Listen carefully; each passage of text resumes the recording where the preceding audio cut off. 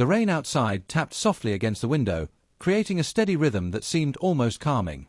The dim yellow light from the street lamps bled through the curtains, casting long, still shadows across the floor. The apartment felt unusually quiet that evening, a kind of silence that wasn't peaceful but watchful. I sat on my bed with my phone in hand, idly scrolling through messages I didn't care to answer. The world outside seemed far away, but inside, the air carried a strange weight I couldn't quite place.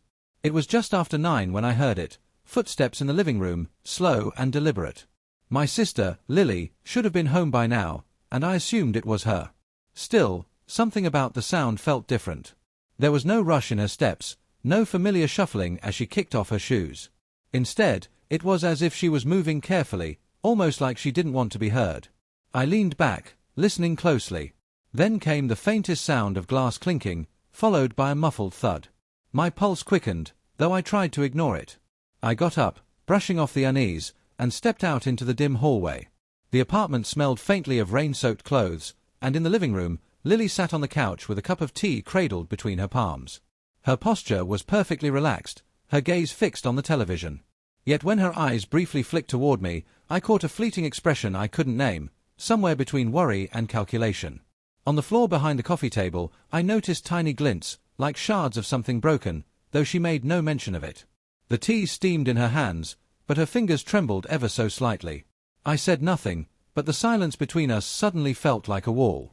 The knock at the door was so sudden and loud that it seemed to slice through the quiet like a blade. My heart skipped, then began to pound as the echo of it lingered in the still apartment. I froze for a second, my eyes flicking toward Lily. She didn't rise from the couch, her face remained turned toward the television, but her body was unnaturally still. There was no curious glance toward the door, no sign of surprise, just a faint tightening in her shoulders that made me uneasy. I forced my legs to move, each step toward the door feeling heavier than the last. The rain smell drifted in as I unlocked it, and there they were, 2 police officers, tall, their dark uniforms soaked, rainwater dripping from the edges of their caps. The glare of a flashlight cut across my eyes, making me squint. They spoke quickly, asking my name, their tone clipped and precise. When I answered, one explained they were responding to a call from this address. Someone had reported a violent altercation, possibly dangerous. For a moment, I just stood there, certain I'd misheard. No such thing had happened. The apartment had been quiet all night. My mouth opened to deny it, but before I could, they were asking to come inside. I stepped back, my pulse thudding against my temples, and they entered without hesitation. Their eyes moved over every surface, their presence filling the room. One officer's gaze caught on the far corner. A smashed vase lay in pieces, glittering faintly in the dim light. A trail of damp papers led toward the coffee table, tea stains spreading across them. I stared, unable to understand how I had missed it before. My explanation stumbled out, but I could feel it in their eyes. They were already forming their own story. One of the officers moved toward my bedroom while the other remained in the living room, scribbling in a small notepad. I followed, unsure whether to speak or stay silent.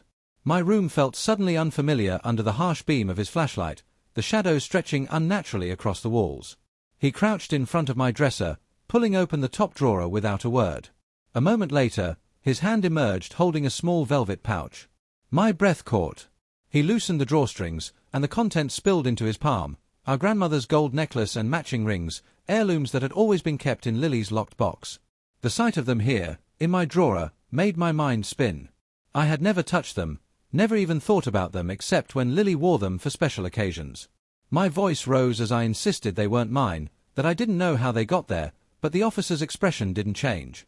From the living room, I heard Lily's voice. Calm, steady, she told the other officer she had suspected me for weeks. Small things had gone missing, she said, and she hadn't wanted to believe it was me. Now, according to her, it all made sense. Each word she spoke felt like a nail being driven deeper, and I could feel the ground slipping beneath me. The officer with the pouch glanced at me in a way that suggested my protests were only digging me in deeper. He placed the jewelry into an evidence bag, sealing it with a practiced motion. My heart was racing so fast it felt like I could hear it in my ears. The room seemed to close in around me, and in that moment, I realized something chilling. This wasn't a misunderstanding. Someone had put those things there, and I already knew who. The weight of the accusation pressed on me so heavily that I could barely think straight. My mind kept replaying Lily's voice, calm and convincing, weaving a story that painted me as the thief. The officers were already discussing next steps when a spark of memory broke through the panic. Weeks ago, after my wallet had mysteriously disappeared and then reappeared in an odd place, I had set up a small security camera in my room. It wasn't obvious, just a discreet black device tucked on a shelf, angled toward the dresser. I had almost forgotten it was there. The realization jolted me. I told the officers about the camera, my voice quick but controlled, careful not to sound desperate. They exchanged a brief look before one of them followed me to my desk.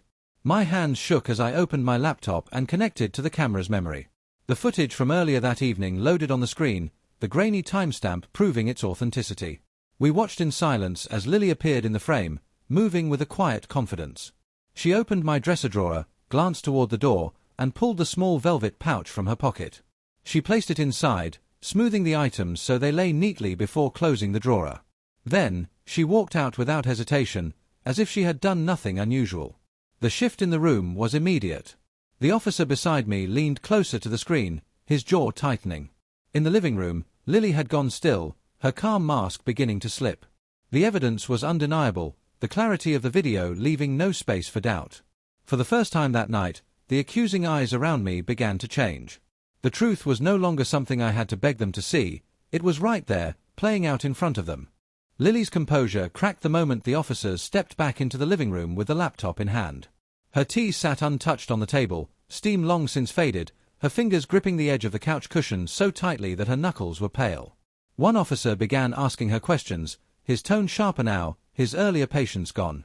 She tried to explain, claiming it had been a prank gone wrong, that she never meant for it to escalate. But the words sounded hollow in the heavy silence that followed. The officers didn't appear convinced. One of them read her rights calmly, each word landing like the slow closing of a door. She didn't fight them when they asked her to stand, though her eyes darted toward me, briefly, quickly, carrying something between anger and shame. In a quiet, almost surreal moment, she was escorted out into the hallway, the sound of her footsteps fading into the stairwell. I stood there, the apartment suddenly too large and too quiet. The broken vase still lay scattered across the floor, the tea stains still marked the papers, and yet everything felt different.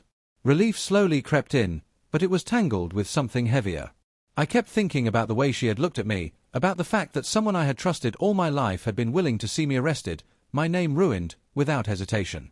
The officers returned briefly to explain that she would be questioned further at the station, that they had all they needed to clear me. I nodded, though the reassurance felt strange, almost hollow. When the door finally shut behind them, I sat on the couch, staring at the shards of glass on the floor. That night didn't just end with the truth, it ended with the realization that family can be the sharpest blade you never see coming.